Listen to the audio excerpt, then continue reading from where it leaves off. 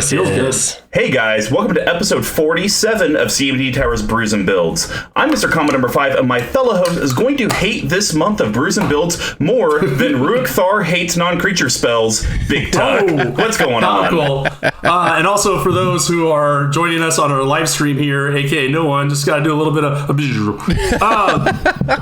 no, I'm good. It's been I think I have also had a very stressful week like you, so pretty much I am just on work now. As you've known me for a long time, for those who don't know me, I am 90% sure I have some level of ADHD, and it's very easy for me to get like laser focused dialed in on like one thing. And right now it's like just work. Yeah. Like I'm killing it. I'm like crushing it. I'm moving up in the company at like a rocket's pace. That's awesome. Because of that. Yeah, no, it's really exciting, but it's also like, it's just like go.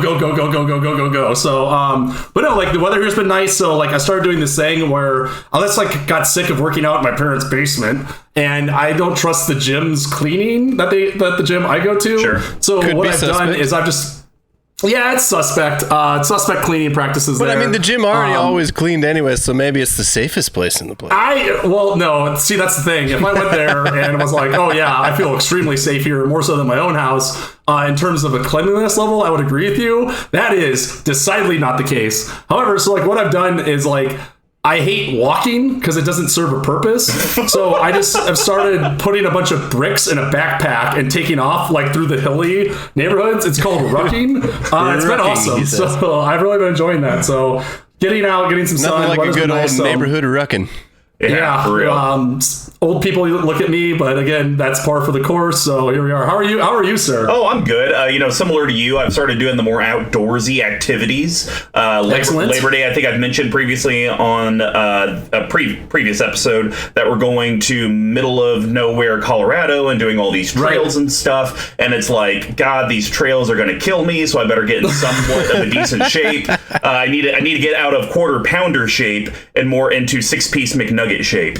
Ooh, I like it. So equally delicious, but maybe just a little less. Yeah, just a little bit less. Downloaded a running app, taken the dog out, and I'm trying to do the build up because I know a lot of times people try to get into fitness and they go way hard, and it's like, yeah, I did like a 3-hour workout, and then the next day it's like, I can't move, I'm dead. Yeah, I literally can't get out of bed. And then it's just like, screw this, I'm never doing it again. So I'm trying to do it like start off 3 days a week, and initially it was okay, I'm going to do roughly 3 to 4 miles. And I'll do intervals to start, run between stop signs, and then walk to the next stop sign, run, walk. And then eventually when it's like, I'm tired, then I just like speed walk the rest of the path. Well, I'm taking the dog with me, and let me tell you, my dog is more out of shape than I am. Because after about 1.2 miles, he's like tongue hanging out, drool everywhere, can't handle it. And then right at about that 2-mile mark, he's a good like 2 feet behind me, and I'm like, come on, buddy. We're almost home. And he's just like, no, can't do it. Poor dude, he's just like, give me more Doritos, please. Yeah, right. So more scraps. So right now, it's kind of sad, because we're at like the 2.2 to 2.6 mile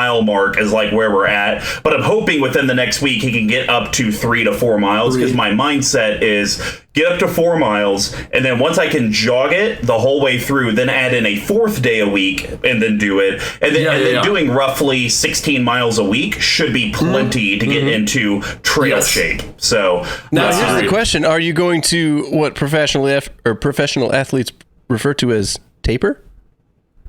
I don't know what that means. It's where you slow your workouts down in a gradual degrade before you go on the actual activity to have maximum performance where your muscles are ready. Oh no! I just figured I'd start masturbating less. Oops, better edit that out.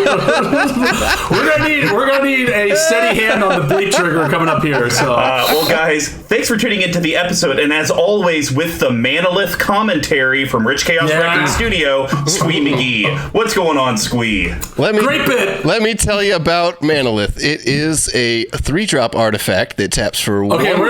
Hey, Squee, I'm going to stop you right there, and I'm going to retire this bit. Know your place, and let's move on. Well, did you guys get it? I said Manolith because it's color commentary, Manolith commentary. Manolith taps for any color, which is color commentary. Yeah. No, it's a great bit. That's quite a parallel. It would have been even better if you didn't explain it, but I like it. Anyway. Great. Ace work as always, Mr. Congo. Of course. But this isn't about us. This is about the Squee Man. How are you, Squee? I'm doing all right. I've been working at Beer Corps Mo. I'm doing my best Tuck impression right now. I got my trucker hat on with the beer symbol on the front. So, I guess I should say something like, hey, cats and kittens or something like that. But other than that, doing all right. We grabbed a beer at the foretold Rock Creek Brewing last night. Jesus Christ. I also have a product spotlight on that. I can't wait to enjoy this delicious Rye Love IPA from them as well here in a second. No, I'm doing good. I'm excited for this episode. I think it's going to be a good one. Yeah. It should be fun, and we'll get into that after a message from our sponsors. If you want to support the CMD Tower team and all the content we put out, head over to our sponsor, level1gameshop.com. They sell magic accessories like the sweeties. I can't keep doing that. They sell stuff like the CMD Tower playmat and Matt 100-pack sleeves. They also do have a great TCG player store. Very accurate, good pricing, good people. They help support them because they help support you with the giveaways that we'll get to here in a bit. But if you guys can't support our LGS because you're supporting your own, you can also support us by heading over to our Patreon, patreon.com/CMD Tower. We have 4 different pledge levels. The rewards vary from getting a signed playmat from the crew, getting a guest spot on the cast itself, to even helping us create new rewards for all the people that are existing on Patreon. So super cool. But if you can't support us financially, you can always just support us for free by sharing the content you are watching, listening, however you're consuming us. We'd like you to spit a little of us out into the community. Ooh. Like it. But increase the curve, not flatten it, if you will. 6 feet away. Don't spit on anybody, please. That's important. I mean, you could metaphorically spit, and by spit, I mean you take an island and you flick it at them like the guys do in the movies. Just hopefully don't flick it hard enough that it cuts them. Funny tangent on that. So, I guess friend of the cast, Jared, and I in college got bored one day and decided to learn how to flick cards like that, and I actually got one stuck in the drywall. Whoa. And then I learned how to flick credit cards, and that shit's deadly. And Squee's like, that's why I'm not allowed in the state of Montana anymore. But they call me the credit card bandit there.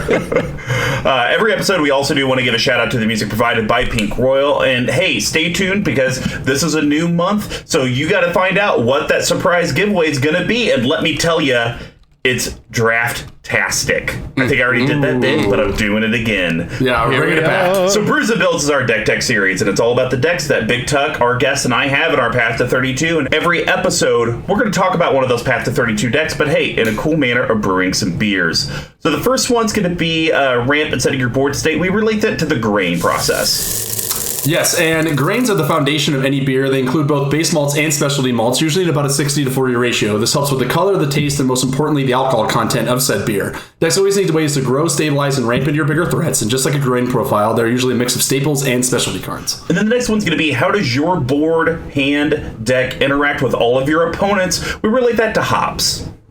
And hops give the beer its patented bitterness and herbal and floral flavors. They grow in a variety of strands and help distinguish subcategories like IPAs or like this rye IPA. Again, from Stone Creek. It's quite delicious. Rock Creek, sir. Rock Creek. Oh, Rock Creek, there it is. Our hop choices help clear and interact with the board so your deck can do what it wants. Just something natural from the Earth Creek. It doesn't matter. yeah. Some geode creek. I don't know. And the next one's going to be, how does your deck either A, accomplish its goal, weird, crazy thing that you wanted to do, or actually, like I like to do, win games? We relate that to yeast. Yes, and yeast are microorganisms that eat the sugar from the grain and poop out alcohol and CO2. It adds alcohol content in the carbonation. Without yeast, to be drinking flat sugar water. Without yeast cards, your deck would meet the goal of actually winning the game, which this deck does not do very well. 2 weeks in a row, baby. Yeah. And then the last one is we have shenanigans. These can be pet cards, synergies that are in the deck that are just kind of fun. We relate that to spices. And not every beer has them, but spices and other additives help separate a normal stock beer from a specialty one. It could be the pepper that turns a stout into a jalapeno stout, or the addition of vanilla beans that turn a porter into a vanilla porter. Not every deck has something that makes it pop, but if it does, this is generally where we talk about it. And then to seal the deal on the episode, we have a bottle capping. These are going to be BigTuck's, our guests, and I's recommendations to the deck that are under 5, under 50, and a personal recommendation card that actually has no budget. Go wild and crazy with that reserve list. Get a piece of Magic history. Yes. But Agreed. you know what you can't do? Get those mana-only lands. So, without further ado, let's get brewing. We're starting this trend of a theme each month, and who knows, it may literally stop after this month, but we're carrying it through the last month. So we thought it'd be fun to do a month of, don't hurt me decks. So BigTuck is bringing in Ertai's commanding... I'm going to stop you there before you get too far. I want to give just a quick preview of what this deck does in the form of, some would say a poem. Others might say it's some sort of freehand, prose. So, Mr. Squee, please get the bleeper ready. Can do. Barbara Streisand. Yes, so that's a slight preview for the deck. And Mr. Combo, continue. I don't know what to say. Ertai's commanding curses. I'm speechless. Yeah, there you are. We are talking my curse deck, so it's a very spooky deck. With many ways to interact with the board. So, funny story on this one. I had no intentions of building this deck, nor did I ever want to, really. I had built this bizarro 4-color wall curse tribal that was garbage. But then cut to, I think, a year ago when I turned 31. I was having a birthday party, and Squee and someone else showed up, and I was like, "Where's Mr. Combo?" And I was like, "I don't know." And I was kind of drunk, so I called him. I was like, "Hey, buddy, what's going on?" I think I tried to prank call you as Rafi or something. There's some weird mishap there, but I was like, or Rafi called you maybe? I was like, "Hey, where are you?" And you're like, "Oh, I'm just chilling with Davis at the house, relaxing." I was like, "Cool, are you coming by?" And you're like, "What?" So he forgot that the party was happening because he didn't keep a good calendar then. But he did bring me something to make up for it. So he ended up bringing me a foil copy of Ertai the Corrupted, which is a pretty interesting card. 2 colorless, an Esper that's white, blue, black for a 3/4 creature wizard legend. If you tap it and sacrifice a creature and enchantment, you counter target spell. And I would like to comment, though, before we go any further, when BigTuck's birthday actually happened, I did look up the cost of the card. And this is a great point. And at the time, it wasn't that expensive. I think it was like $17-ish, something like that. Well, technically, BigTuck right now it's selling for $1,000, but you know that's just because someone has a $1,000 listing. It's probably selling though consistently for $80. What? Yeah. Really? So to your point, I just went on old TCG Player. There are 2 listings in foils. One near mint, one lightly played. One $50. The other one $999. I'm looking on TCG Player, and the foil normal market price is $15.29, and then the listed median is $999.99. Again, this is like this bizarro mirror universe of Magic we're living in right now. So it's almost like, should I just try to sell this and just buy it again in 3 months? But I didn't, because I'm a good man. Good. But what's funny is, so after he showed up, he brought this in foil with deck and sleeves, which was an extremely nice gift. However, he effectively just gave me something that's going to cost me $100 to playable. But Call it a mana anyway. Yeah, exactly. But it was very nice, and I've actually really kind of enjoyed playing this. It's definitely, so it's cursed tribal. There's some enchantment sub themes because all curses are enchantments, and luckily Esper has a lot of ways to do that. As we'll get into it, this is not a deck that you're gonna bring to your LGS and just wreck and just destroy people with. But it's kind of a fun deck to play in 5-player games, or King, the variants we used to play in person of Plane Chase. 2 colorless Esper, creature wizard legend. He's a 3/4, not a mythic. Tap a blue and tap, sack a creature and enchantment, counter target spell. And so I'd like to also say, so initially how I came across this card is I bought it to be my Super Friends commander. And the thought process behind it is I was going to slot in all the planeswalkers because Esper has amazing planeswalkers. Really, the only thing that you lose is like when Atraxa came out, I was like, oh, I get green and so I can ramp. But that was really the only thing that changed. And so there's a lot of the Esper planeswalkers though that make tokens. So my thought was, aha, Ertai out, I create these tokens, and eventually I'll be able to infinite combo and win the game. But if people try to stop me, blue, tap it, and I just get rid of a token, counter a spell. Did not work, so therefore he is now cursed tribal deck. Yeah, and it's like, you think you bring up a good point. There's been games, and granted, playing curses is very weird because a lot of them are highly situational, right? So, but if you get the right curse on the right player playing the right deck, it can be like backbreaking. Like I think there's been multiple times where this deck kind of plays this weird utility role of, kind of like keeping everyone else in check a little bit. But the problem is you have no way to you're like, okay, great, I have them all locked down. I will pass the turn, right? And also it's a very weird deck in the sense where it's definitely different than the way we usually build decks, which this is very much bottom up, right? Yeah. I want to do something fun and something a little more unique. So I wanted to do, and out all these curses lying around. So I was like, okay, why don't we try a curse deck and see if we can slot them in. The one thing that is very strange, at least the time I've played it, is that so Ertai's ability is good, but you can only do it once a turn cycle, right? Unless you're running a bunch of cards to untap him, which I think I have one. Yeah. And a lot of people see him come out and they're like, oh, he's gonna lock the game down with this commander, and then just swords to plowshare him, and I'm like, all right, you got me, I guess. Yeah, so like I said, it's a fun get. Mr. Combo, I know you've seen this in action before. Have you ever played this one? No, I haven't played with a cursed deck. I've played against a cursed deck many times because you and Enemy Dan, or Danemy. Ooh, there we go. Ooh yes, Danemy. Like it. Nice. Hashtag Danemy. Both of you guys have cursed decks because I believe it's Queen Marchesa is kind of a cursed deck. And curses... Here's the thing about curses, and I think it's perfect for the please don't attack me month, because what happens is if you make the curse player angry just once, they will curse you with every bleeping curse on the bleeping planet, and you'll look at yourself and be like, I can't do anything, and they'll be like, that's okay, I'll put another curse on you. And it's like, why? I got 7 curses, and it's like, I don't know. And so, it's like, hey, you did this. That is the interesting thing, and then when that happens, everyone else is like, well, I'll just leave the curse player alone. They aren't doing anything. And that just feeds into this BS. And eventually you have 13 curses on you. And you know what? There should be a curse where if you have 13 curses on you at the beginning of your upkeep, you lose the game. It's like Tree of Perdition or whatever. Yeah. That'd be sick. And I think you bring up a good point too, where this deck, I kind of equate it to a mill deck in terms of competitiveness, where mill decks are fun, but milling for 3 people is really hard. It's very hard, right? Whereas if you're doing one-on-one, curses are have obvious targets. Whereas sometimes you draw the wrong curse at the wrong period of the time, right? Or they're dead draws because you're playing against people that aren't playing aggressive decks, aka every Sunday. It's not something. It's a deck that I like to bring. It's a deck I just like to throw in the bag where it's I'm tired.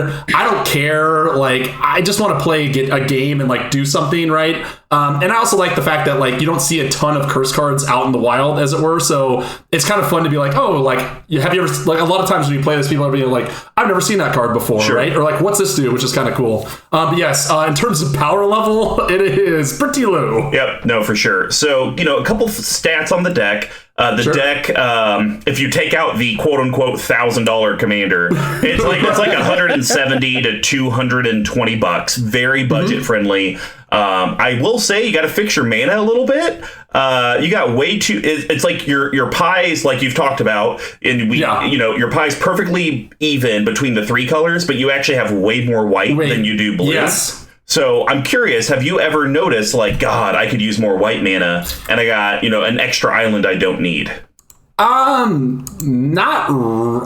don't know, to be honest with you. And to your point, I'm looking and again, this is like one of the in my opinion, like one of the best benefits personally for doing the show, where it's like, when I built this, I was like, perfect, 4 islands, 4 plains, 4 swamps, right? I got it right there. And now you're like, okay, I can easily cut 2 more. Also, I don't have any like fetch lands, so what would be really nice is if I had another gold bordered flooded strand. Oh wait, I just traded one from Aaron who owed me some tuck bucks, so excited to get that in after Is that the a show. new currency? You don't even own an actual flooded strand. I think I do actually. I'm pretty sure. Yes, I do. I do actually own one. Then I don't care. So and here's another thing: your CMC's 3 on the dot. I was shocked. Yeah. And like, okay, so is the CMC calculator broken? Like, is there something that we're doing that now? Right, but if you look at this, it is just like all 1s, 2s, and 3s for the most part, and like a few things out there. Yeah, I will tell you this. When you play this deck, it does not play like a 3 CMC deck. It plays like a 9 CMC deck, which again is like, I was just as shocked as anyone for that. So cool. And we might have some cuts later, which might even lower that down a little bit. Yep, I know that's going to happen with me for sure. Well, guys, without further ado, let's get into this. We're going to start with that rampant grain bill. BigTuck, your deck, take it off. What's the first card you want to talk about? So this is a card that I think is somewhat underlooked. I was talking about this with someone who's been playing for a while. I don't remember if it was like friend of the show Tice, Aliou, or Ross or something, but this is a card that I think is really situationally good. So I want to talk about 3 Dreams. Dreams? Yeah! Yeah! Woo! Get it! Okay, Mr. Comp, so before we get into it, have you seen this card before? And Never seen it before in my life. Really? Yeah. Okay. So it's an interesting one. So I, because I'm not wearing my glasses, will read the outside of the card and you can read the inside. So Sure. 3 Dreams is 4 colorless and a white for a sorcery. It's a rare. And it says search your library for up to 3 aura cards, which is important. And because I want to stop there because it does say up to. Sometimes if you have the conditional search your library for 3 aura cards, you can't fail to find because I think that's part of the text. Yes, it's like the same thing with Decimate, right? Where it's like, have to have this target, that target, this target, and that target, right? Like when you cast a spell, you have to have those. I don't know. Could you fail to find? Because people do fetches all the time and fail to find. Yes, because it's up to. So it could be 0, 1, 2, or 3. But I'm saying if it just said search your library for 3, could you fail to find the other 2? No, you couldn't. Interesting. How does that work? Because how would you know, right? Like, yeah. I don't know. Yeah, I guess you could fail to find. Never mind. I'm an idiot. So it also does say you got to search your library for up to 3 aura cards with different names, reveal them, and put them into your hand, then shuffle your library. Obviously, all curses are auras. So this says 5 mana. Go get your 3 either best curses or situational curses you need. So the argument I've heard of this is like, well, that card's kind of slow, right? Like you could get some that are faster, like Open the Armory or anything. But for me, like this deck lives and breathes on curses, right? In the way I built it, insofar as like, if you're not playing curses, you're not doing anything. You're just playing like a bad Esper deck, right? So the fact that you can go get 3, and 5 for 3 is pretty good in my opinion. Yeah. They get them in your hand, and like a lot of the curses in here, and I think that's one of the reasons why the CMC is relatively low. You can go and find like 3 curses and easily play all 3 of them the next turn, right? Sure. If you have the 5 mana. But yeah, like it's just a really interesting card, and I run this in another deck, my green-white aura deck with the Wonder Woman Commander S. Anyways, Siona, I think is her name. And it just does work, right? Like, this deck doesn't really do... This is definitely the Pillow Fort deck where a lot of the time you're, like, tapped out except for a blue. Sure. When you have your commander out. And you're like, okay, I'll just run out everything I can. It's kind of good in the late game because you can kind of set up. It's good in the late game because you can get, like, the winning pieces, the actual, like... curses that can quote unquote win you the game, and I use that extremely loosely. But like even early, like you can go get like some things to attach to your commander potentially, that sort of thing. So it just seems like it does a lot of work. Well, think of it this way: what did we say white can't do? Draw cards and ramp. This is basically 5 mana, get 3 cards. Yes, absolutely. That's great, not great rate. Yeah, that's not bad. And you know, people that say that this is a bad card and that there's better ones, white doesn't have good tutors outside of Enlightened Tutor or the other 1 mana go get an equipment. I can't think of that one. Because even if you think about it, the just pure enchantment one that I run in my Aloro deck, I think that's 7 to go get 2 enchantment cards. Yeah, exactly. Like they don't get, it's like you're expecting too much. White is not going to be black or blue or green, and at this point, even red. White is just a bad color. But this card is great for this deck. Agreed. And again, like, the ability to go get 3 curses instead of 1 is well worth the investment, right? Because there are payoff cards depending on the curses that are on people. So great card, and it's like $1. So go grab them if you're playing auras. Cool. So my second one is a card because your commander does say sack a creature or enchantment, and this girl can bring those enchantments right back after you've counterspelled. Here we go! Talking Hannah, Ship Navigator. The Ship's Navigator, yeah! Are we 2 for 2?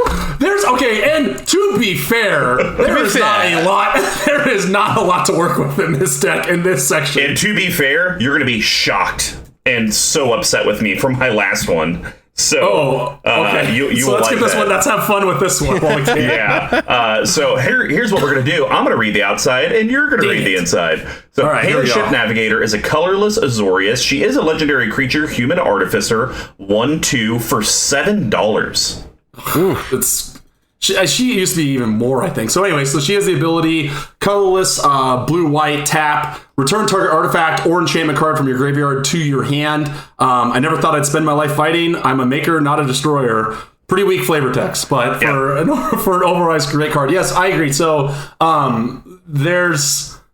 we've talked about how like enchantment removal is kind of at a premium in this format in the places we played, but once people see what this deck is doing, I've noticed that they're like reticent to start blowing up other enchantments, right? Because they're just sitting there being like, well, if he got that, like, what's going to come to me? Right? Like, am I going to be able to play the game? I don't know. So this will get you. This sells double duty in that respect, where if you do stick a curse on someone, you can get it back. And moreover, a lot of this deck is like you need mana rocks and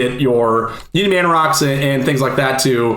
And there's some other equipment that helps protect your commander, so on and so forth. You need those back too. So like if you get like one of those things where it's like an enchantment and artifact board wipe, it's like devastating and so hard to come back from. So Hannah at least like does that, in my opinion, like at a very good rate, very efficiently. There's a good chance you can get something back and cast at the same turn. Yeah, and I kind of look at it this way. If there's ever times where you have these dead turns where it's like, well, can't do anything, then if you save up 4 mana, at least I can counter something and then bring it back to my hand. Yes. And then at least I'll have a card to play next turn. Right. Great card, and you always need ways to recover, and she does that. Yeah, especially, and again, like in these colors, especially like especially in like the white and the black, they have a lot of ways to get creatures back. Green is kind of like a bit more blanket when it comes to permanence. So a card like this is like plays a really big utility role. Absolutely. Well, what's your last one? I highly doubt it's the one I picked.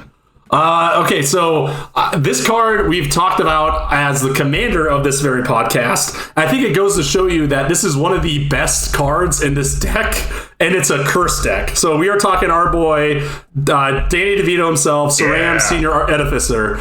Colorless and a white for a 2/2 legendary creature, Dwarf Advisor. Very straightforward. Whenever you cast an aura, equipment, or vehicle spell, draw a card.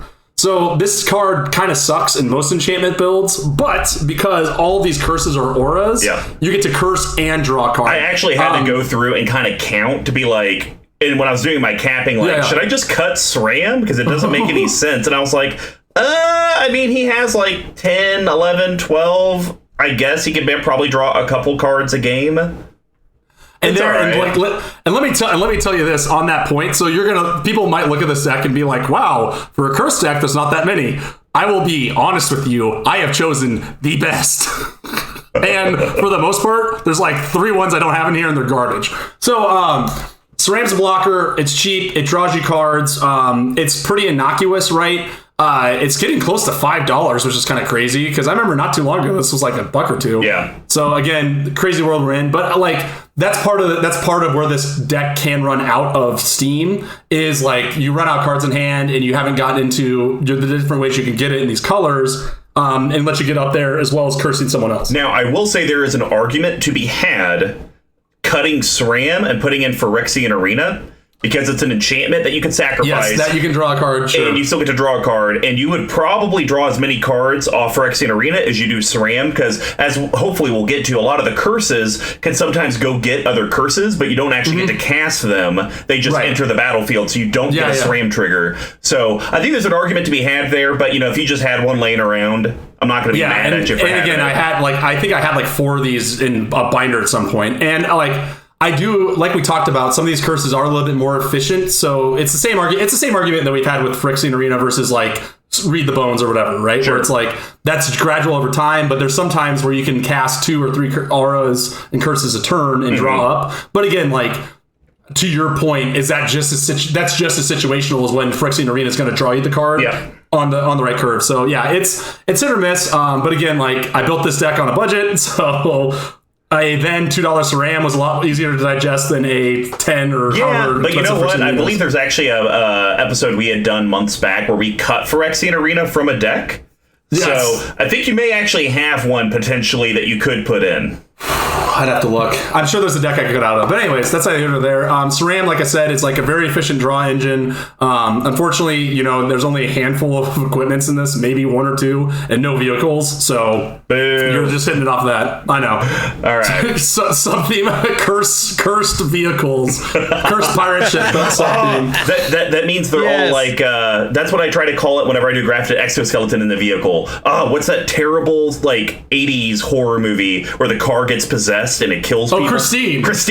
Yeah. Christine.tech. Nice. All right. So my last one, hear me out. The reason I wanted to bring it up is because I think there's something to be said. This card you have in here just because it's good in every deck and everyone puts it in every deck. But I think the effect though you could do more of, and I think anyone that builds an Ertai deck should consider more of these types of things. It would be a unique build on Esper to kind of have die trigger matters. Sure. Want to talk about Solemn Simulacrum? Yeah. So everyone knows what it is. 4 colorless, artifact creature golem, 2/2. It's a rare, almost as expensive as SRAM.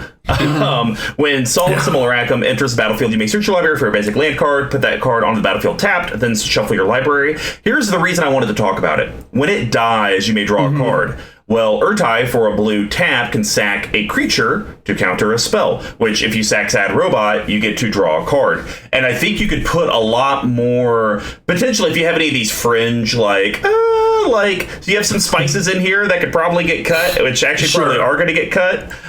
Spoiler. That very well you could put them in with more die matters, so that way when you sack them to Ertai to counter spells, you're also getting extra value. So I think there is something to be said there. Yeah, no, I agree with you, and I think that's like if I was going to build a real Ertai deck as opposed to effectively what amounts to a joke deck, like that would be the way to do it, right? Where you have like enter the battlefield effects, leave the battlefield effects, bring it back to hand effects. But like I still think, I don't know if we've ever talked about Solemn on this podcast, we probably have, but like it's such an interesting card because I've heard arguments left, right, and center about if it's good, if it's bad, if it's slow. But like for me, it's like the most, especially in this deck, right? It's an efficient ramp card-ish for what you get. Yeah. Right? It gets to land to the battlefield and has a die trigger and is a blocker, which this deck needs all of them. I'm huge on Solemn, and people that say they're not, I think are missing the point. Like you wouldn't put this card in like a mono green deck, right? Sure. But mono white decks, sure. Like Esper, absolutely, right? Like that ramp is so important. Yeah, honestly, look at it this way. If you took the 4 CMC and broke it up, would you pay 2 mana to draw a card?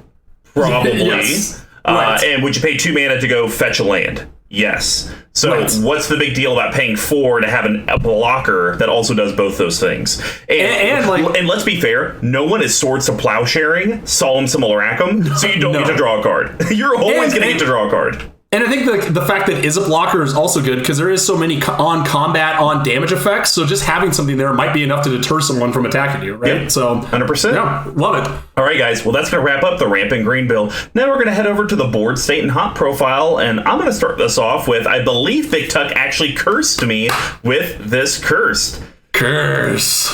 It is a flip card. Oh, We're talking Accursed Witch. Ah, interesting. Okay. So 3 colorless I think black. Creature human shaman. It's a 4/2. Spells your opponent's cast that target Accursed Witch cost 1 less to cast. You might say, well, Mr. Combo, BigTuck, why would you put that in a deck? Well, here's why, Jimmy. When it dies, when it returns to the battlefield transformed under your control, attached to target opponent. Right. And it flips into Infectious Curse. So it's an enchantment or a curse. It says enchant player. Spells you cast that target enchanted player cost 1 less to cast. And at the beginning of enchanted player's upkeep, that player loses a life and you gain a life. So like how I talked about in the beginning, how if you just kind of piss off the cursed person, you're just going to get slapped with everything. It's kind of like, hey, I'm going to, you're going to swing in with your Accursed Witch. Oh, I'm going to block with my sad robot. And you're like, ha, sucker. Yeah. You should have let me get my 4 damage. Now you're screwed the rest of the game. Yeah, I agree. And I wish it was spells anyone casts that target the player. That'd be so good. That would be amazing, right? But yeah, and again, it's another die trigger. And to that point, the fact that when it dies is the key, right? Not dealt combat damage, not situational. So just play this, leave one open, bin it, Ertai, and put it on the person that you hate the most at the table. So yeah, I think it's cool, and again, it fits it's one of those fringe cards where it's you can't really tutor for it. Yeah, it doesn't really get you any of the enchantment stuff that you're looking for. But to be fair, you do have a diabolic tutor. You could use it to tutor for it. True, and also to that point, if you are tutoring for this card, you are in some sort of bizarro nightmare land where this is the best option to get. We'll call it dire straits. It's fun. It's 25 cents. It's a fun card. If you're ever gonna build a cube or something like those lines. So it's good to have one lying around. Why not? Yeah. All right. Well, what's your first hop card?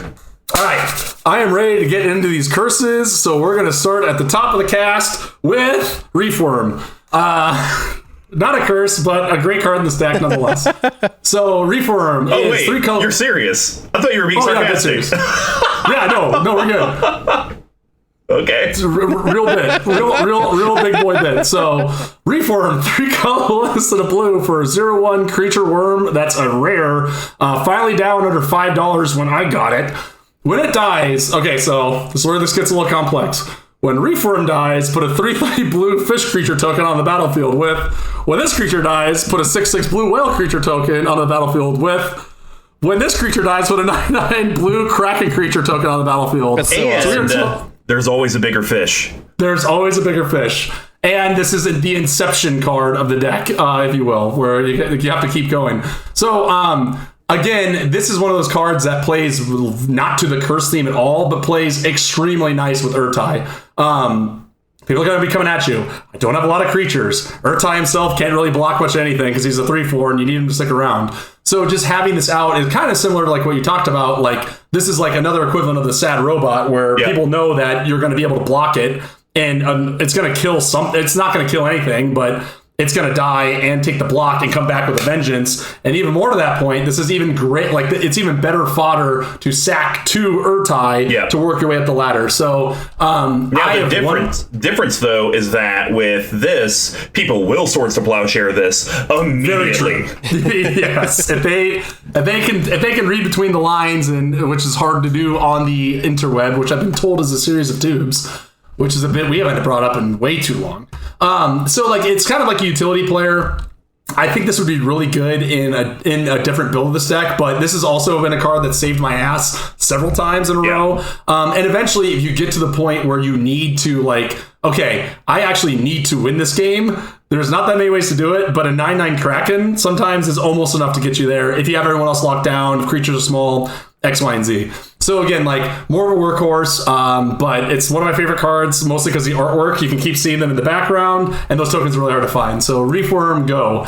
You have this in one of your decks, right? Yeah, I have it in Broodclad. Yeah! Gosh, you know what would be really good in this deck? I don't know if it's one of your bottle cappings, but Shark Typhoon. Oh, and here you were, big talking me on that card last week or whatever that was ago. All right. Ooh, well, I like it. My next one is also not a curse. We're talking Bitter Heart Witch. Love this card. So it's a 4 colorless black creature human shaman. It's a 1/2 with death touch. But what it says, when Bitter Heart Witch dies, once again, you did it. You got a little bit of a die theme in the deck. You may search your library for a curse card, put it onto the battlefield, attach a target player, then shuffle your library. Once again, it's you sure you want a board wipe? You'll just piss me off, and I'm going to get the worst curse in the deck and curse you. Or, you sure you're not going to let me hit your Planeswalker and kill it with my 1/2? You're going to try to block and kill it? I'll curse you. Like, you could just really hold the table hostage with a 1/2, which is ridiculous to say. I know, right? It's nuts. And again, like, if you need to get the curse in the pinch, guess what? Just bid it to your commander and counter a Rift or counter Swords of Plowshares on something else, right? Yeah. You get it out. I think like the key part about this card, which I think makes it good, is that it comes to the battlefield attached to somebody. Mm-hmm. If it was just like come to your hand, you're like, great. Yeah. I paid 5 mana for a 1/2 and got 1 card, right? Which is not a good rate. But the fact that you can get anything in the library, including the top end curses with no CMC restriction, no restriction outside of like one of your opponents having hexproof, and stick it, makes this card excellent. Great blocker, great fodder for Ertai, all the good stuff there. 100%. Well, what is your next hop? So I'm going to play the card. I'm going to play this card, which is not game breaking, but has warped games more than I think any other curse that is in the deck. So the guy on the photo could look like Davis if he trimmed up his beard a little bit. But we were talking about Curse of Verbosity. Oh, yeah. 2 colors and a blue, enchantment or a curse. It's a $1 uncommon. So enchant player, whenever enchanted player is attacked, draw a card. Each opponent attacking that player does the same. Yep. And so it's a draw spell. Idle Chanter beckons many an attentive. There you go. Congratulations. So this has been really weird because drawing a card, in my opinion, in this deck is very innocuous, right? Like, what am I going to do? Go get another curse? Yeah. Yeah, right? But whenever this is played, everyone's like, whoa, slow down. Are you sure you want to attack him? BigTuck's going to draw a card off this. Are you crazy? And like, it's just so strange. Like, out of all the cards in here, this is the one that people have like been the most like, whoa, watch out. But you have to think about it. In a 4-pod, that means in a single rotation, in theory, you could draw 4 total cards. Your draw step, when you attack, player 2 attacks, and player 4 attacks. I agree. But if we look at so if we compare this to Curse of Opulence, which I wish I could run because that card rules, there's a ton of good red curses. If you play a Curse of Opulence, people are like, hell yeah, like all coming into it. You know what I mean? They don't even think, right? And arguably, in most decks that run it, the mana, especially in like a deck like this or a mono red deck that's running it as their ramp, getting a treasure token is infinitely better for that deck than drawing a card. But I think that we're like so hard. That's debatable. Fair enough. It's debatable, right? But like, just the fact that the fact that it's drawing a card, and we're so like, I think we're also, as Magic players and Commander players, we value card draw so much. It goes to show you that any effect that lets you draw free cards is immediately one for concern. Yeah. Right? No, I'd agree with that, because you have to think about it. We play a singleton format. Right. And so if we're just thinning your deck, we talk about deck thinning all the time. Yes. So if we're in theory thinning your deck, let's just call it 5% or 4.5% per rotation, that's pretty good. And technically the number goes up each time. So you agree that this card is something to be more concerned about than I think it is? Yes. Wow, okay. Well, because also you are just playing curses, but think about it, you have some back-breaking curses. Very true. Yeah, that's giving you a 5% chance to get some of those yeast curses that you do not want thrown on you. I agree. So, but like, it's just been interesting to me that of all the curses in here, right, this is the one where people are like, let's all take a deep breath. let's slow down and figure out how we're gonna deal with it. But fair. it's one of my favorites in here. So we got one more on you, right? Yep, you got one more on me, and I wanted to stay to the theme of this month. Please don't hurt me. And this card literally almost makes it impossible for people to hurt you. Considering Squee McGee lost a game to this card, we're talking Sphere of Safety. Woo! Yeah! So, 4 colorless white enchantment, and it's so good. Says creatures can't attack you or a planeswalker you control unless the controller plays X for each of those creatures, where X is the total number of enchantments you control. You have 22 enchantments in the deck. So, and some of them don't cost that much, aka all of them, because they're all bad. So basically, I mean, I would guess, have you ever played this card in the deck? Yes. And B, has it ever been for less than 6? No, actually, come to think of it. Yeah. It's usually somewhere between like 4 to 7, right? Depending on the stage of the game. But it's never been lower. It's never been lower. It's never been 1 or 2. No, it's never been. I don't think it's. If I'm going to be honest, I don't think it's ever been lower than 4. If I'm going to be completely honest, like this plus 3 other ones. Yeah. And then also C, has there ever been a time where this has backfired or didn't work out the way you wanted it to? Yeah, alley-oop, fair enough. No, but yeah, it's really good. And I think like I think if I was going to make this deck better, the second part of that, where Ghostly Prison and Propaganda fall short, is they can still swing into your planeswalkers, right? Yep. Which sucks. And I think there's room in this deck to grow to be a little bit more streamlined, a little bit more has a 10% chance of winning instead of a 2 that it has now. Oh God, could you imagine slotting in a Narset and a Teferi in here? Dude, and when I was looking at the cuts, I was like, top planeswalkers, boop boop. So yeah, so like again, this is like a Bizarro enchantment deck, and this is like one of the best cards for protecting yourself in an enchantment deck, and 100%. It's like $5 too, so oof. All right, well, bring us home. What is your last hop? So this is one that can be a yeast played against the right person.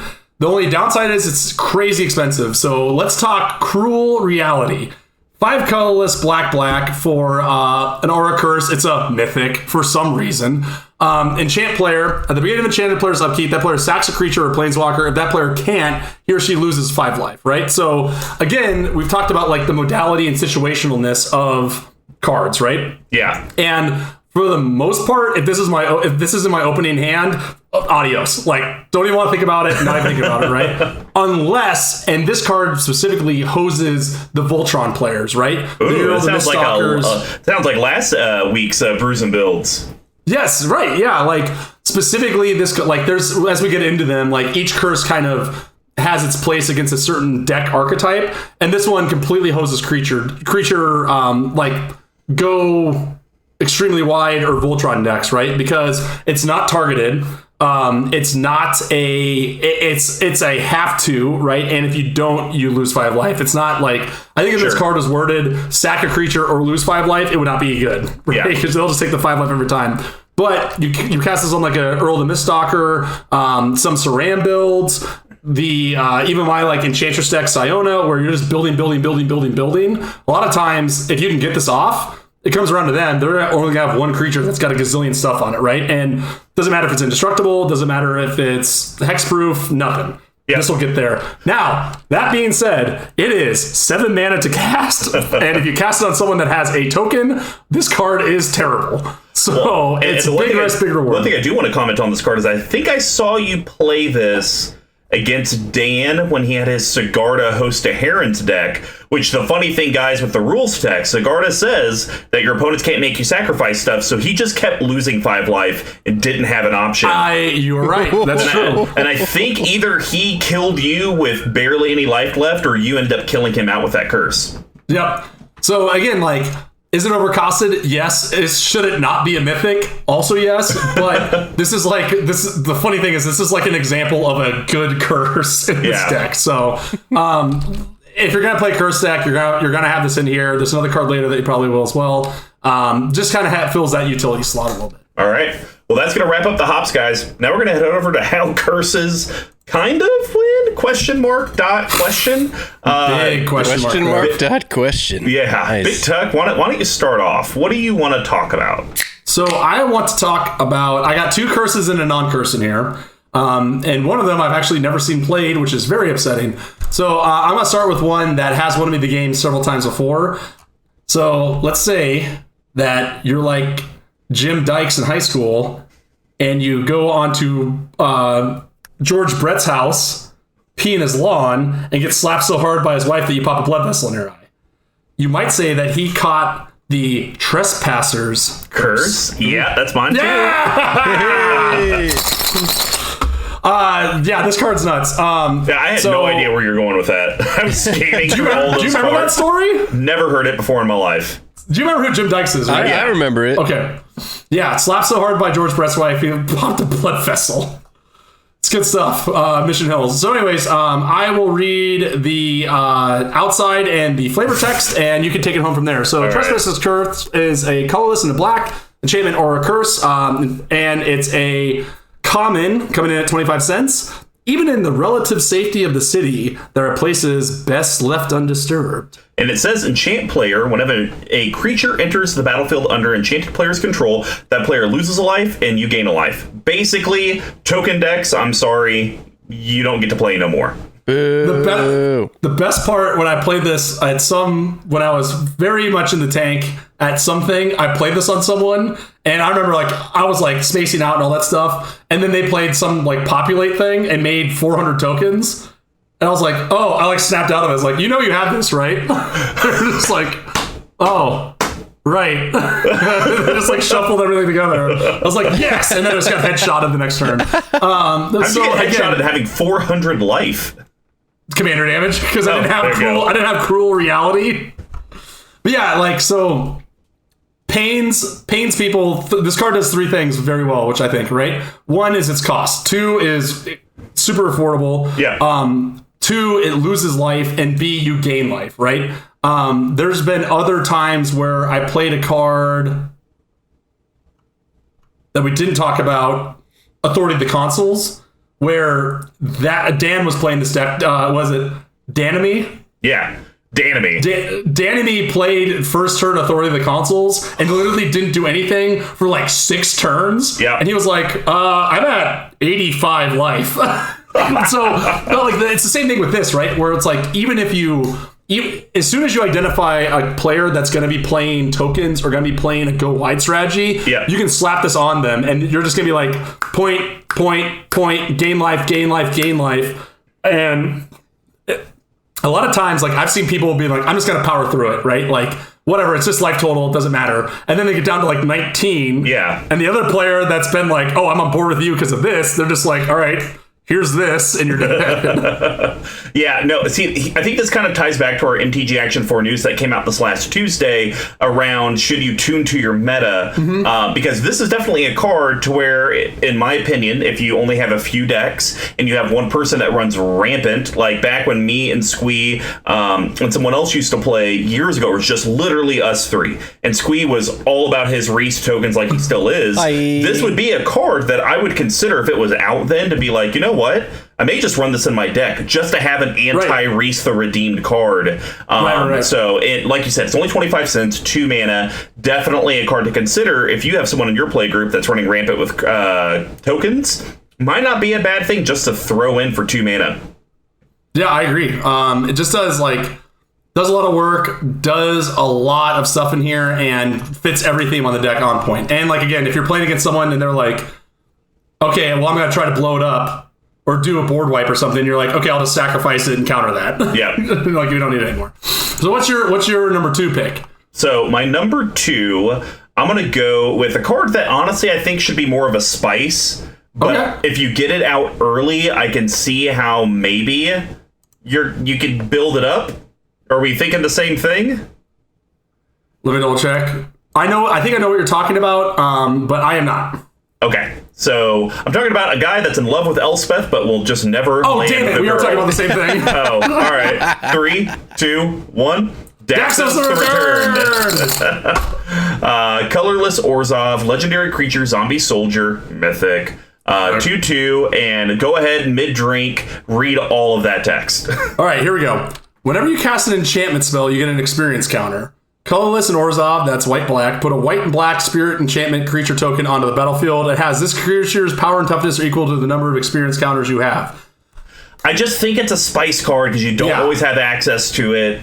I get it that in a perfect world, you're throwing out so many curses that people are worried about those and not Daxos. But if you're playing against good Magic players, which you do, they're going to be like, wait, you got like 6 experience counters. No, sir. Die, kill it and die. Yeah, and like, as made mention earlier, I've had, I don't remember, I had one of these laying around and I don't remember where, and I was like, yes, Slam Dunk and Ertai, never seen it. I have never played this. I've never played this card. Whenever anyone's borrowed this deck and played it, they have never seen this card, so I have no bearing whatsoever on it. Hey, that just means it's due up here soon. Well, evidently, Darksteel Forge was in his Brea because BigTuck yesteryear typed in Darksteel Forge instead of Darksteel Citadel, the land. So that took me 20 minutes to figure out earlier today. So there's a great chance it's not even in here. So like that's it. I really want this to, and I think like to your point, Mr. Combo, like I think this is a card I really want to work and be like, okay, this is like the way we can win. Churn this stuff out. Also, to your point, even if I get to the point where they're not 1/1s or 2/2s, someone's just gonna blow it up. Yeah. And I have nothing. It's like, okay, great. Like literally dies to lightning bolt. It's like a wasted slot. So I wish I had more data on this. And again, like I said, I really want this card to work. But I mean, well, like I think if you want this card to work, you need to find a slot once again for another enchantment. And I don't know it off the top of my head. It's a black enchantment. You can pay a colorless black.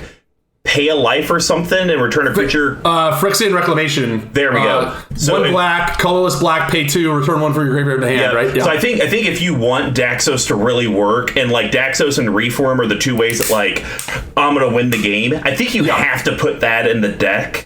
Granted, it's not one of my bottle caps because I literally just thought of that. But I think if you don't want to just frustrate people into losing or curse them into death, I think you're going to have to put one of those 2 guys or that card in there because at least then you'll be able to get these guys back and be able to do it over and over. And once again, you would think by the time you get the Phyrexian Reclamation out, people have burned all of their enchantment removal on all the curses. Right.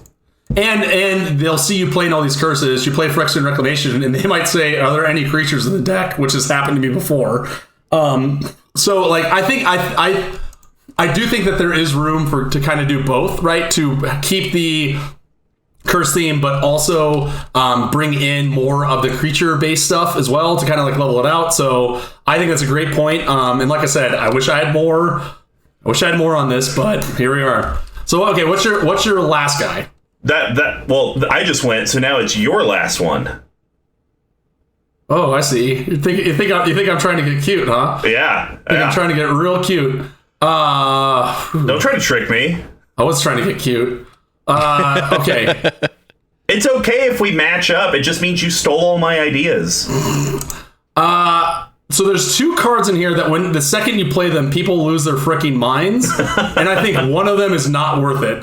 So I'm going to talk about that one, hoping that you, the smarter Magic player, is choosing the other one. So I am going to talk about Curse of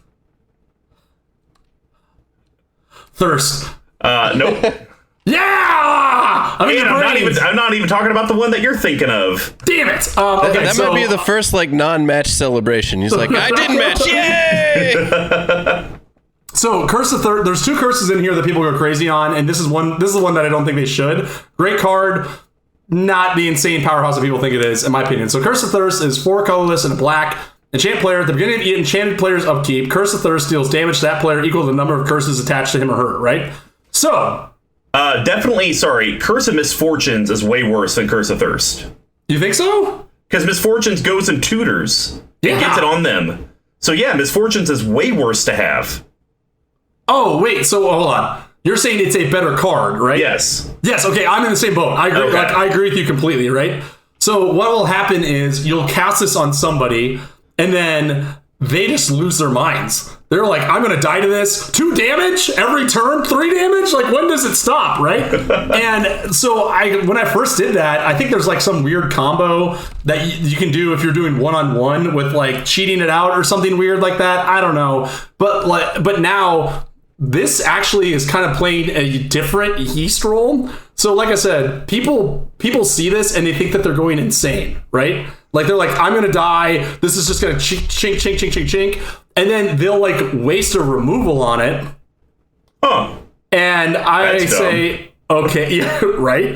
And then I say, okay, great. Here's this other monster curse on you. What now, right? So would you say that they almost go off Broadway like the guy in the art? Because it looks like he's losing his mind as well. Absolutely, yeah. Too many bad reviews. The wine cellar's empty. Did you guys know that Johnny Depp? So the guy, may you drink until you dream. I'm sorry. Wow. Gotta get LASIK. May you drink until you drown, but never be sated. Odella, witch of Morkrut. Who we're all familiar with in the lore. So did you guys know that Johnny Depp has a $60,000 a month wine habit? No. Yeah, so this is him in the picture. That's amazing. So like it's really like it's on the face of it is a yeast card, but again, the Magic Christmas Land where you're just playing curses on one person is so few and far between, where this is only gonna be like 2, 3, 4 damage. I think I've seen this for like 5, and then the person freaked out and blew it up, but didn't deal with anything else on him. So like that's why I have it in the yeast, where it's kind of like deceptively, it's like it looks on paper way better than it actually is. Sure. All right, well, my last one is, because we've talked about it, people are going to be freaking out and getting rid of your curses. What happens if they've gotten rid of all your curses? You need ways to get them back. And what feels better than opening the vaults?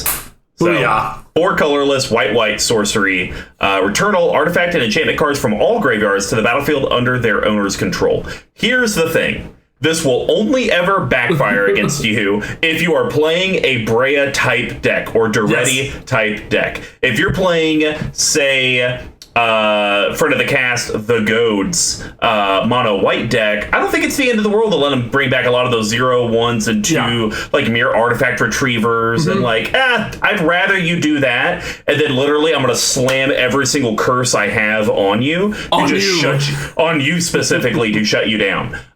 So it does a lot of work. It's one of those late game cards that I could see your deck dragging a game on. Someone austere commands. They're like, finally we're out of this hellhole. You cast this, and then they're like, I quit. I'm done. Yeah, right? Like, I don't even want to go through this. Especially, like, so, honestly, I think the way that this deck can actually win is if you play it very oddly, where you're slowly picking away at one person, which is enticing the other people to attack him. But then in response, that person then focuses on those other 2 because they're just, like, hitting them for damage. And then and I think this has happened before, where it just came down to me and another person, and I played like one more curse on them, and I don't remember what it is or what it was, and then like I had enough like other miscellaneous junk on the board to swing in and damage them because they couldn't do anything. Wow. So like this is the same thing where it's like one person board wipes, he's like, to your point, safe of that, I'm gonna kill these 2 people and get you next. I don't think so. So great card. I wish I had a reclaim, but those are also extremely expensive. So here we are. There we go. Well, that's going to wrap up the yeast package, guys. Then we're going to head over to the spicy meatball. I'm going to start this off with a card that I think actually, like, I get it that it's a spice, but it almost seems more like a hops. We're talking Amanatu the Fate Shifter. Booyah! I knew it! I knew you couldn't resist You know I couldn't pass that up. Yes, okay. Mainly because I've been looking for a deck for her to actually work in since she got spoiled, because she has such a cool, unique effect. Yes. But it's hard to find a home for. And like it is, I completely agree with you on that, right? And like shockingly, she has worked whenever I've cast her this deck. Yeah, I bet. So Amanatu, guys, is Esper, so that's white, blue, black. Legendary Planeswalker, Amanatu, first of her printing, first of her name, nice. Queen of the Butterflies. So she comes in with 3 loyalty, and technically Amanatu, if you guys are curious, can be your commander. Does have the text. So she has 3 effects. First one, +1, draw a card, then you may put a card from your hand on top of your library. I think that's just more probably if you get a dead draw and it's just like, I need something else. So just give me like, and to your point, I read about this earlier. It's like the illusion of card advantage, right? Correct. Like, oh, I'm drawing a card, but then you're like, oh, I'm at the same hand. So mostly it's just there to be like, I have a bunch of lands or a bunch of stuff I can't do. Maybe I can get something better. And there are enough things in Magic towards like, hey, take that enchantment and put it on top of your library. You'd be like, oh, well, now I can get my curse back. Yes. And do it. Completely I think the reason she's in the deck is for her -1. Yeah. Exile another target permanent you own, then return it to the battlefield under your control. So obviously that you can recurse someone else if you've kind of worn it out on the person that has it. Mm-hmm. You have several enter the battlefield things like Heliod's Pilgrim. We talked about Sad Robot. So then you can kind of get some benefit off of that. Sun Titan, for example. So that's great. Now, the -6, initially when I read it, I was like, oh, this is a great card, but it actually doesn't do what you think it does. It would just basically steal one of your opponent's board states, and now you actually have something you can do. But it says, choose left or right. Each player gains control of all non-land permanents other than Amanatu the Fate Shifter, controlled by the player in the chosen direction. So the thing with the curses is that they're cursed to those players and they are cursed to them. So the curses won't actually shift. It's just the ownership of the curses. So if I'm to the right of BigTuck and he says right, I now control the curses. So if I have a way to sacrifice curses, I can then start sacrificing curses. But why would I do that unless I have curses on me? Exactly. But I think this could be good to where it's like, you know what? I've kind of I've kind of controlled the board, but the person to my left, they got like 300 tokens. They're just waiting for an open door because, I have that sphere of safety.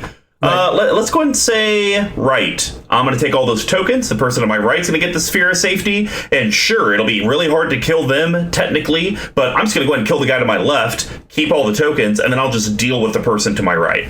Completely agree. And like, to be 100% honest, this card is only in here for the +1, -1. I've only seen the -6 cast with this card when we were doing like the pre-con roundup, right? But again, like, smooths out your draws a little bit, lets you move curses around if you need to, right? Like, let you bounce things, bring it back in, curse or otherwise. And I think like more importantly to me, like, there's a lot of decks where you can be like, I'm just gonna throw her in here because she's a Planeswalker, she costs 3, right? Sure. But in this deck, she actually does stuff, right? She actually has a home here, oddly enough. So yeah, like, I thought about putting her in either like hops, grain, anything else, but the fact that she is so unique and she has this crazy ultimate makes me a perfect spice package for her.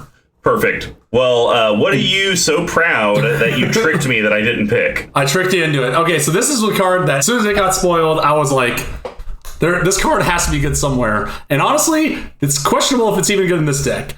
But I just love the design of it. We are talking about Induced Amnesia. Okay. It's a weird one, and I think this is like the definition of a spice, right? 2 colorless and a blue, an enchantment. It's a rare, 40 cents, whatever. So when it enters the battlefield, target player exiles all cards from his or her hand face down, then draws that many cards. Which is interesting, the target player part of it, right? Yeah. Then when it's put into a graveyard from the battlefield, return the exiled cards to their owner's hand. So this card is really, really weird. Because it can be played so many different ways, right? So the most straightforward line here is you play it on yourself, and then by basically the end of the draw a card. Yeah. Yeah, bin it. So you play it on yourself, draw cards, and then get those cards back, right? Which is like kind of like that's like the most straightforward way, right? But I think it's also an interesting political piece and also like an interesting control piece, right? Where it's like, if someone's been like drawing cards or tutoring for their things, you can cast it on them and they're only gonna get as many cards as they had back, right? So if you saw someone tutor for like a Cyclonic Rift and they have 3 cards in hand, you can play it on them and it's unlikely that they're gonna draw that back-breaking of a thing on them. Yeah. And then, so you kind of play around with that.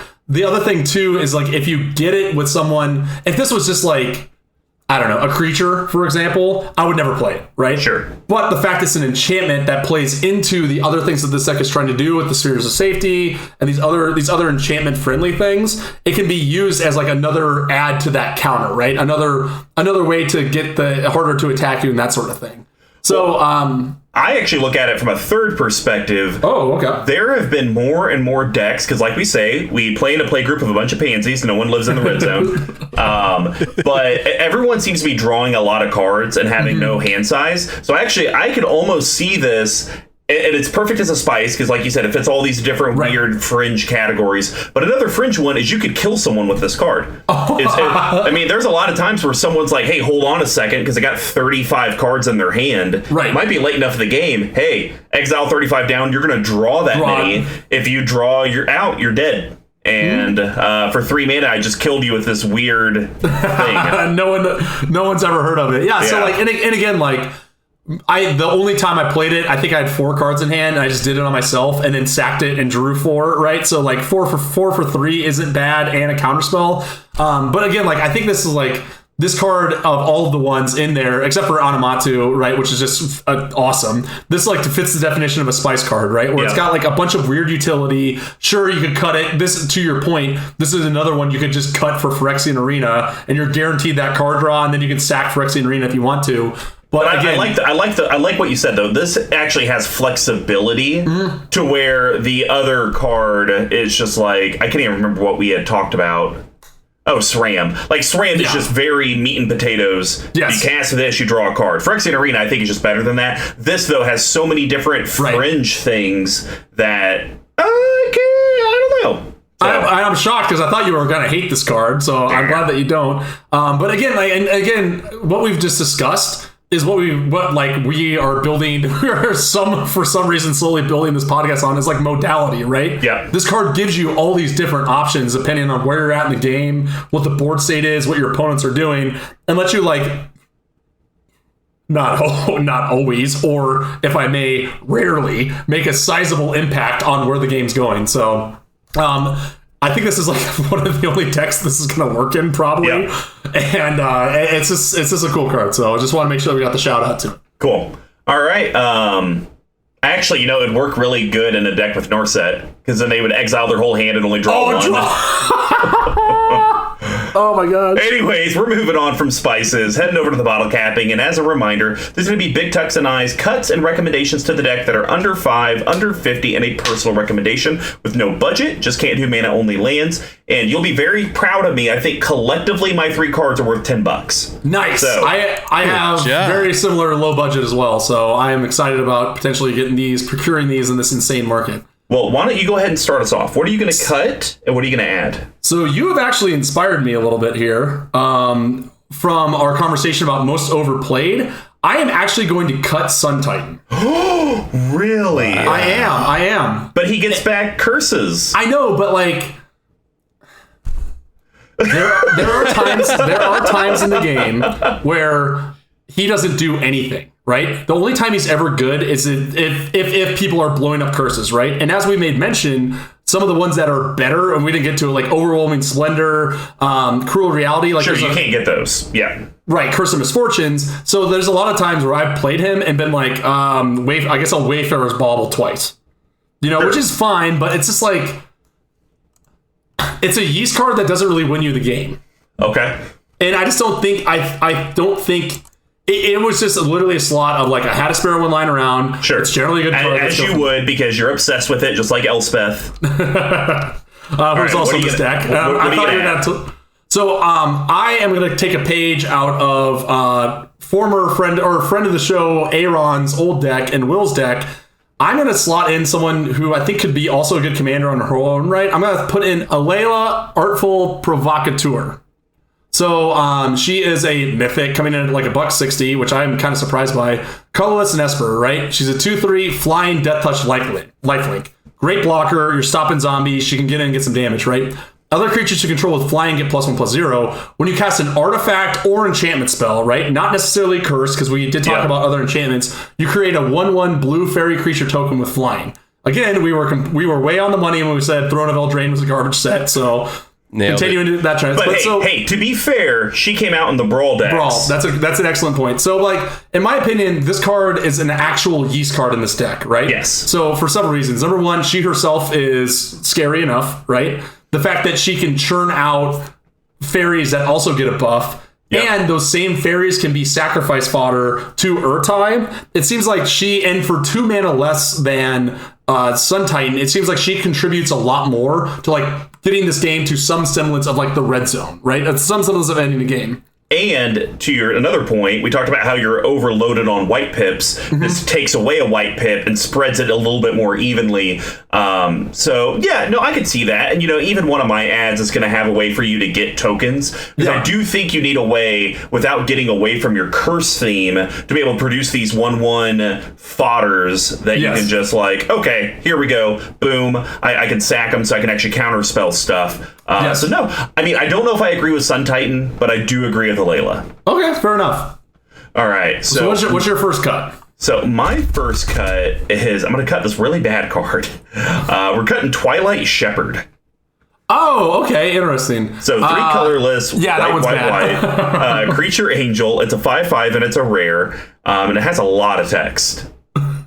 Flying Vigilance. When it ETBs, return to your hand all cards in your graveyard that would put there from the battlefield this turn, and she has Persist. Like, cool, I guess she's out, and it's like, Teferi's Protection is just better. I'm also going to cut her because I agree with you. The only reason why she was in there is because I was trying to find all the cards that had Persist on them in these colors so you could sack them. But again, like, she doesn't have Flash. She can't beat face herself. And that's not true. I mean, she has flying and she's a 5/5. Fair enough, but she also doesn't serve any real purpose, right? Besides like the fringe things where someone board wipes and you have her out, right? But she also costs 6, which is insane. Yeah. So I'm gonna add a curse to the deck, and hear me out, because you said you added all the good curses. So once again, this deck's supposed to be don't hurt me. And how do you do that other than just saying if you attack me, bad things happen to you? You do it by incentivizing your opponents to kill each other. So I think you should add Curse of the Forsaken. 2 colorless white, enchantment or a curse, enchant player. Whenever a creature attacks enchanted player, its controller gains a life. So that 400 token army, and maybe they're down to 10 because you cursed them a whole bunch. Well, you throw this on one of your opponents, they're gonna be like, God, I have to swing in or I'm gonna die. Yeah, I'd be foolish not to. They end up killing them, but they still have all those curses on them. Yeah, they gain a whole bunch of life, but your curses are constantly draining them, constantly de-incentivizing them to attack. I think this is the perfect card. Kind of like you say the curse of Opulence, to where everyone's like, hell yeah, let's do it. Go in, get those treasures. You throw this on someone, it has a Curse of Opulence effect, like, I'll gain 6 life and swing 6 creatures. I completely agree. And like on top of that, to your point, where it's like this is gaining life is so much more innocuous than drawing cards, mana wrapping, and that sort of thing, right? So like this is gonna stay there, and the person's gonna be like, do I really care that other people are gaining life? You probably will at some point, right? But if you stick this on someone, to your point, if you stick this on someone early in the game, people are going to start chipping away, right? Like, that robot's going in. I got nowhere else to go. Oh, my Birds of Paradise? I'm not going to tap it for mana. I might as well gain a life, right? Sure. Well, and here's the other thing. This also takes the laser off of you because you do not gain the life. Mm-hmm. It's not one of those, if your opponents do it, you also get the benefit. It's just like, hey, guys, if you guys want to hurt this person, you'll gain some life. And they're going to be like, why would that even be bad? Little do they know, that could literally be the only curse you put on that player, where you take all the other curses and put it on everyone else. Yeah. So it's just like they're constantly having to be incentivized to hit that one person. That one person's maybe just keeping defense up. Like, God, I can't do anything. And you're just sitting there manipulating the puppet strings. Some puppet strings. Love it. Cool. Well, what's your under 50 cut and what's your under 50 ad? So I'm going to bin Twilight Shepherd as well. Again, I was trying to get cute with the Persist. It doesn't do much, in my opinion. I completely agree with you on that, right? So instead, I am going to get a card called Starfield Mystic. Came out in 2020, or Core 20. It's a colorless and a white, so it drastically reduces the CMC even lower than it is. So enchantment spells you cast cost 1 less to cast, right? Sure. Solid on its own, right? Whenever an enchantment spell you control is put into a graveyard from the battlefield, put 1/1 counter on it, right? As we talked about, people, if you stick a curse on them, it's chaos, right? It's literally the Joker in The Dark Knight. So they're going to be trying to get rid of it. They're going to be trying to exile it. Whereas this creature is just kind of sitting here. And if they start bidding curses, you bring it back with what's the one that you were just talking about? The open the vaults. Yeah. That sort of thing. The Hannah Ship Navigator. This guy could get big, right? But it's so susceptible to just a generic board wipe. Fair enough. The only because he's good if you were also having a sub theme of auras that you put on creatures and maybe give him indestructible, give him hexproof, something. But I think he kind of falls in that same bucket where Daxos falls in. They could win you the game, but a simple removal spell is that dream. Yeah. And at least with Daxos, it's experience counters versus it's not like he takes the +1/+1 counters to the graveyard and then can come back like Skullbriar. I agree with that, but also the thing I like about it is this is also cutting some of the enchantments in here, cutting them down by 1 makes them castable, and even the cheaper ones makes them cast multiple ones a turn, right? So you're getting the value there. You're potentially drawing off Saram if that's still out, if that's still in the deck. So again, it's not like an amazing card, but it is a blocker. It's low CMC. It reduces the CMC of other things in the deck even lower, and potentially could become into a beater that someone has to waste a removal on at some point. Well, so to that point, I'm kind of curious, wouldn't that artifact that we talked about with Dana Roach on episode 43 actually be better? Cloud Key. Yeah. Cloud Key is also $21. Oh, sure. But once again, we're talking about an under 50 pick. Yeah. It doesn't mean you have to go out and buy it. The only thing I like about the Starfield is that he has the potential to become into like a Yeast Wincon, right? Okay. Fringe as though it may be, which I agree with you, right? And like, I just don't have that many creatures in the deck. So even if I get two reduced cost enchantments off of him and curses, and then he has to die so I don't die to some monster, perhaps even if I may, a spooky monster. I think he does his work there. So there's other cards I thought about, but like for me, getting a creature out that reduces the CMC of everything else, it's a slow deck, like I said, getting it a little faster, and I feel like there's going to be a good chance that no one's going to pick him off until he becomes a, big whatever, 5/5 or anything. Okay. All right. Well, mine, under 50, I'm going to cut Migratory Route. Oh, Get out of here. Too cute. 3 colorless Azorius. It's a sorcery. Create 4 1/1 white bird creature tokens with flying, and it has basic land cycling for 2 colorless, which means you can pay 2, discard this card whenever you want, search your library for a basic land, put it into your hand, and shuffle your library. No. It literally has done 2 things for me. Give me a basic to hand and barely prevent me from dying from the token. So yes, I agree. I agree. I am 100% on board with cutting this. So you're going to be 100% on board with this ad as well, because you can get it for under $1. We're talking Lull Mage Mentor. Okay. So a colorless blue creature merfolk wizard. It's a 2/2. Whenever a spell or ability you control counters a spell, you may put a 1/1 blue merfolk creature token onto the battlefield. The last thing's pretty irrelevant, but it could matter at some point. Tap 7 untap merfolk you control, counter target spell. So you pay a blue, tap it, you sack whatever, you counter a spell, boom, you got another one right there. You get a replacement one, and so it's just you kind of have this constant chain of... I'm really just losing a blue mana to be able to counter spells, but I'm never really losing a merfolk, because once you get your first one, you just start sacking them, and you just start kind of this rotation.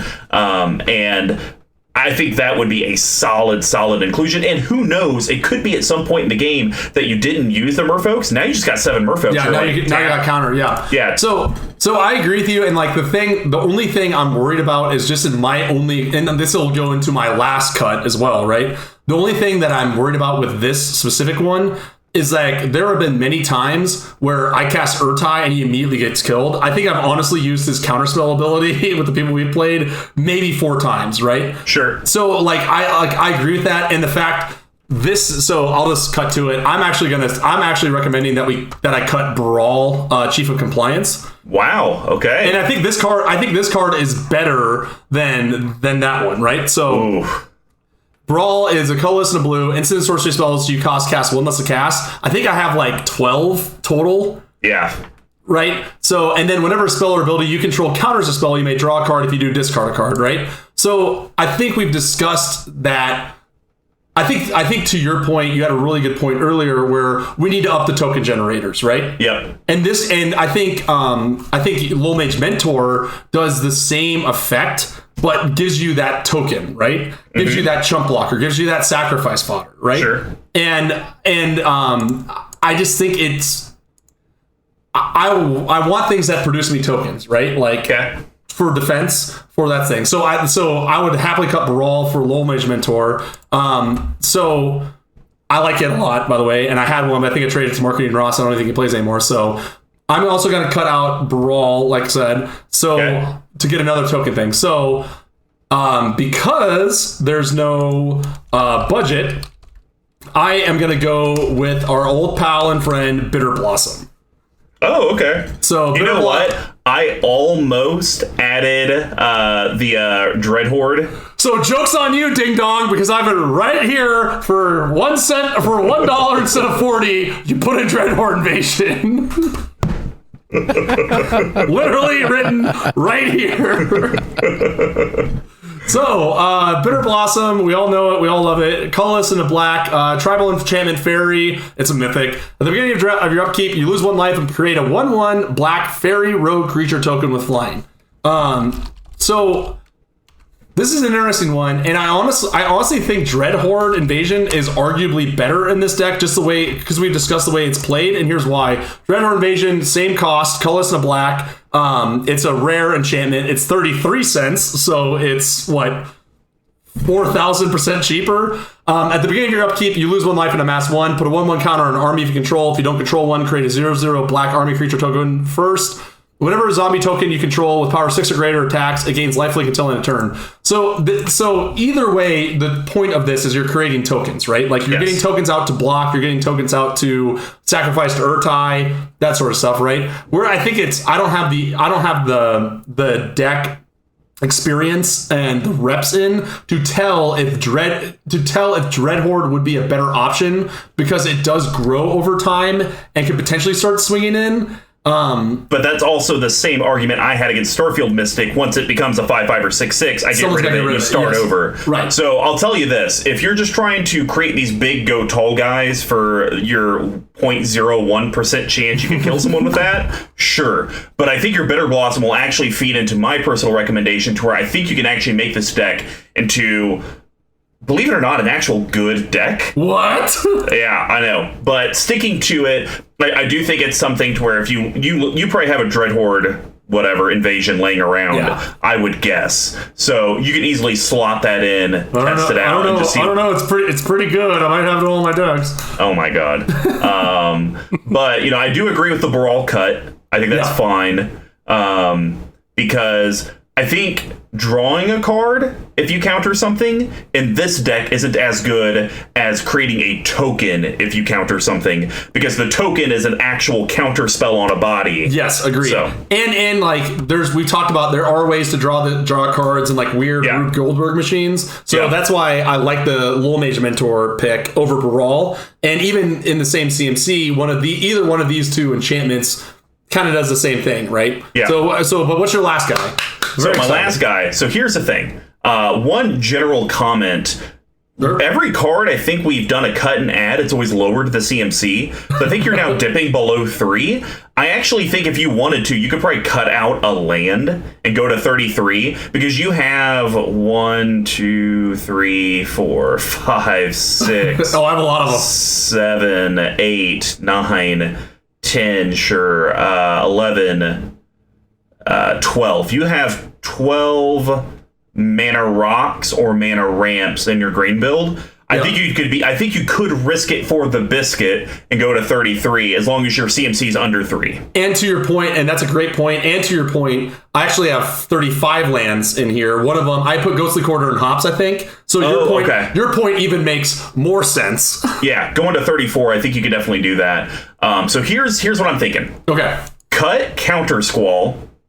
So Counter Squall is a blue and a black. Instant. Counter target non-creature spell. Its controller loses 2 life. It's literally the only counter spell you have in the deck outside of Ertai. I've always been someone to where don't just have a single counter spell in a deck. Right. If you want to have counter spells as part of your defensive, have 3. Yes. You know, that's not crazy. But just 1, it's just like, that's a waste of a card slot. And also to your point, guess what? Add one of these later. So here's kind of where I'm going at, though. Okay. You're countering spells, you're making tokens, upkeep, you're making tokens with Bitter Blossom or your Dread Horde. Nah, Dread Horde is just the one time. So Bitter Blossom, and you've made the comment of Ertai, he counters it and he's done. Right. This is a risky card, but I think if you built the deck the way that we're talking about, you would actually potentially create a almost Azorius lockdown feel. Oh. Intruder Alarm. Oh my. 2 colorless blue enchantment. Creatures don't untap during their controller's untap steps. But here's why I'm bringing it up, guys. Whenever a creature comes into play, untap all creatures. So BigTuck pays a blue, sacks a Merfolk, counters a spell, he creates another Merfolk, Ertai untaps, and all you would really need, Tuck, at that point, I looked through the deck and I didn't see one. You would need some sort of creature that could tap for a blue. Mm-hmm. I think there's actually a set of mirrors that have one of each color. So, yeah, whatever they are. I think it's lead mirror or something. Yeah. That's the only thing that little kind of loop-de-loop is missing, is you would need some sort of creature that could tap for the color that you need, and then your whole statement of, well, yeah, I counter, but then Ertai's tapped, or I don't even get to do it, it's kind of irrelevant. Because if you've got an Intruder Alarm, you'll just basically counter every single thing that happens, and you'll eventually just win the game. Yeah. So that's personally where I think this could make the deck from a joke to like people actually give you kudos instead of like, oh, good job, Jimmy. Right. Pat on the back. You made a Curses deck. Now it's like, oh man, like. And it's a Rube Goldberg machine. You need Ertai, you need the Merfolk dude, you need Intruder Alarm, you need another thing that produces the blue that's a creature. I mean, 4 mana or 4 card lock down the board seems decent. Yeah, and also to your point, I think I might have pulled one of these from my mystery booster box, but I don't remember. Oh. So and this card used to be super stupid expensive, and now it's not. So yeah, like even if we don't want to break it, even if we don't want to break the deck, I agree with you. Like, I think this actually isn't that bad, mostly because all my creatures don't, like, they swing sometimes. So for the most part, they're just going to be untapped, right? Except for, like, Anna's Navigator. But everything we've talked about so far, they're just sitting there, maybe getting in the red zone, maybe not. So even, like, the drawback of Intruder Alarm doesn't really exist in this deck either. So I kind of hate this card because I think it's broken, which it kind of is, but I love it in this deck because, again, this is like this deck is nowhere near broken. It doesn't even know what broken smells like, and this gives it that sort of like that juice, that kind of like interactivity that's missing while you're built. So like you can build up your curses while keeping the board clean, keeping Ertai out, and all that stuff. So it's a risky one, but I mean. What do I have to lose in this deck? Literally nothing. Well, and here's the thing. If someone's about to do something that's going to create an overwhelming amount of tokens, you can just sack it to Ertai. Yeah, right. So it's still an enchantment, so you can still get rid of it. I think putting in more of these enchantments and more of these token generators when you're doing your Ertai or Curses stuff is going to make the deck feel a lot more fluid. Yeah, for sure. No, that's good. I like it. It's just crazy enough to work.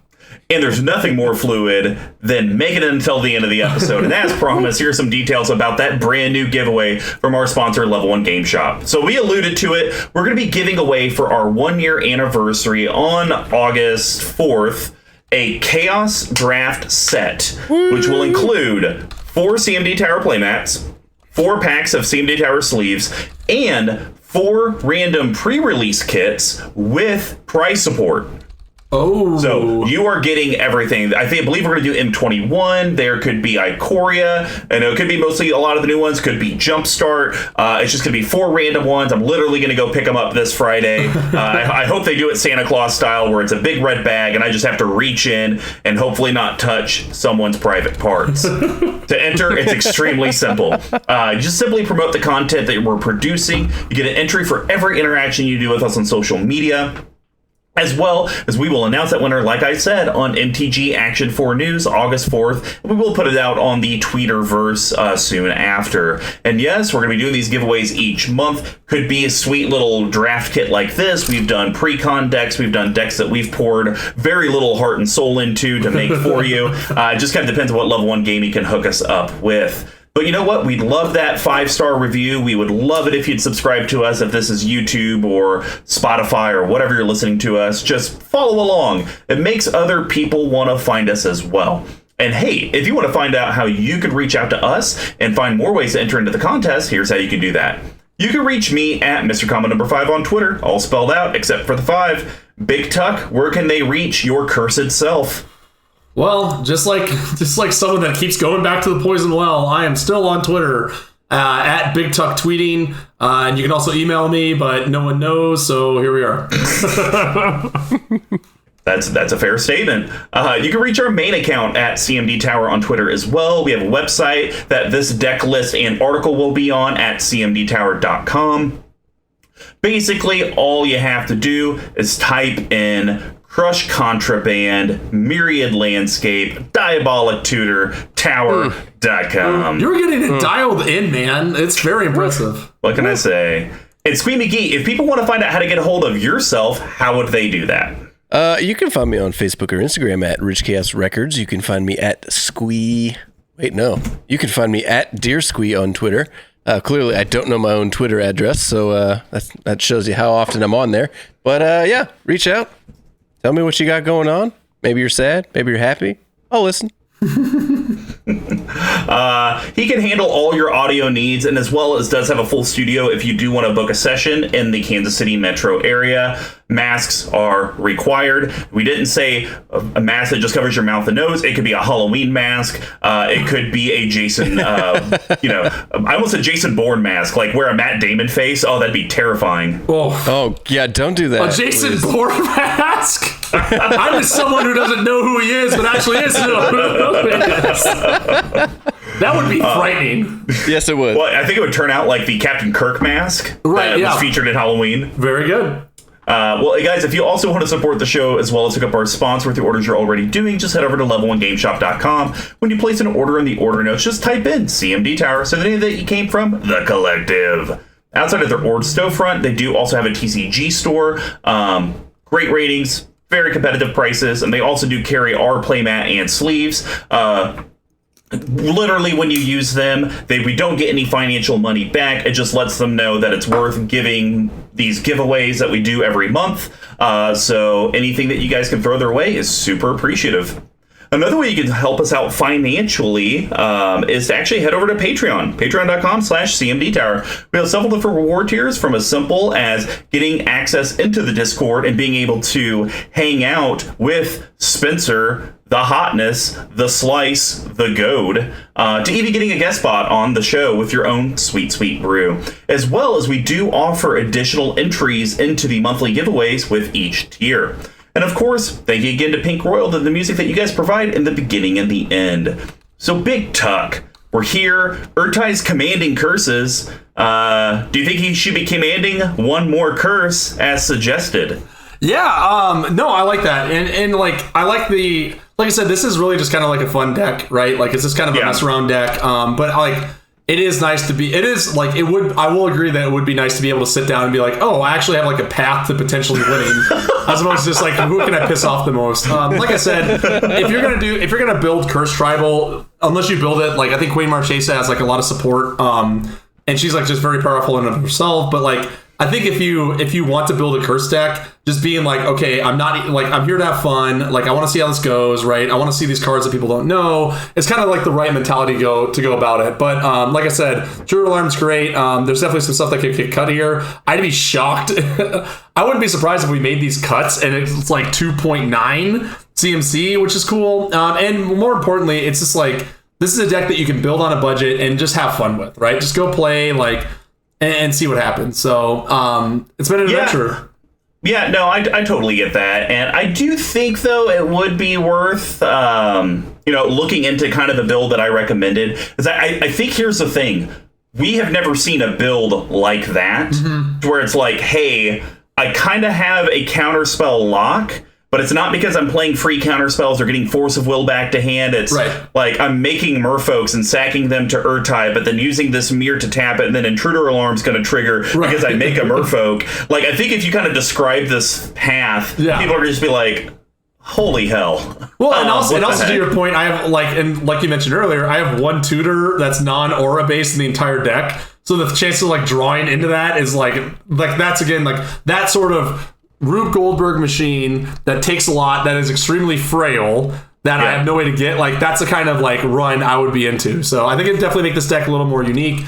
And also keeping in mind of cutting things that are like cutting some of the chaff and some of the cards that are like huge. That literally you just had laying around. Right. And making it a little bit more streamlined there would also probably be a step in the right direction. Cool. Well, guys, it's been a blast. Deuce, Trace, Magooses.